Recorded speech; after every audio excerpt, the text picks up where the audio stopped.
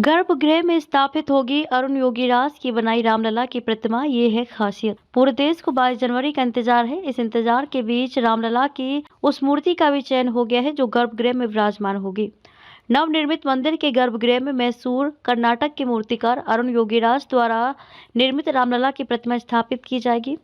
Trust महासचिव ने यह भी स्पष्ट किया कि वर्तमान में पूजित प्रतिमाओं का भी सम्मान किया जाएगा। रामलला के अयोध्या में विराजमान होने का दिन लगातार पास आ रहा है। अब बस पूरे देश को 22 जनवरी का इंतजार है। इस इंतजार के बीच रामलला की उस मूर्ति का भी चयन हो गया है जो गर्भगृह में विराजमान होगी।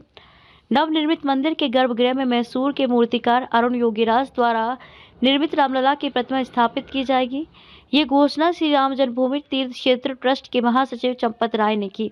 वहीं सूत्रों के मुताबिक 30 दिसंबर को ही बता दिया गया था कि अरुण योगीराज द्वारा श्याम वर्ण की प्रतिमा को ही नवनिर्मित राम मंदिर में स्थापित किया जाएगा।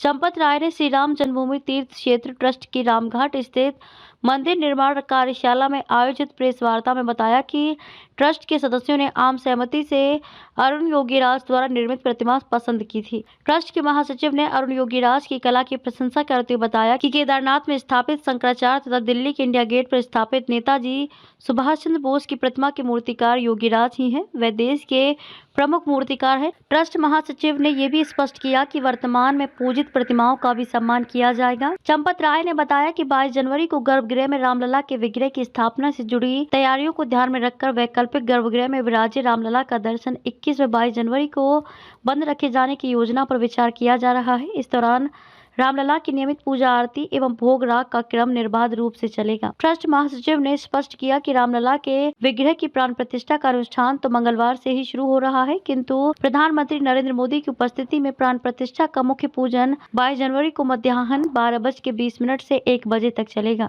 18 जनवरी को गर्भगृह में रामलला की प्रतिमा अपने स्थान पर स्थापित कर दी जाएगी, किंतु स्थापना की प्रक्रिया प्राण प्रतिष्ठा अनुष्ठान के रूप में चलती रहेगी और 22 जनवरी को 1 बजे प्राण प्रतिष्ठा अनुष्ठान की पूर्णाहुति के साथ स्थापना की प्रक्रिया पूर्ण होगी।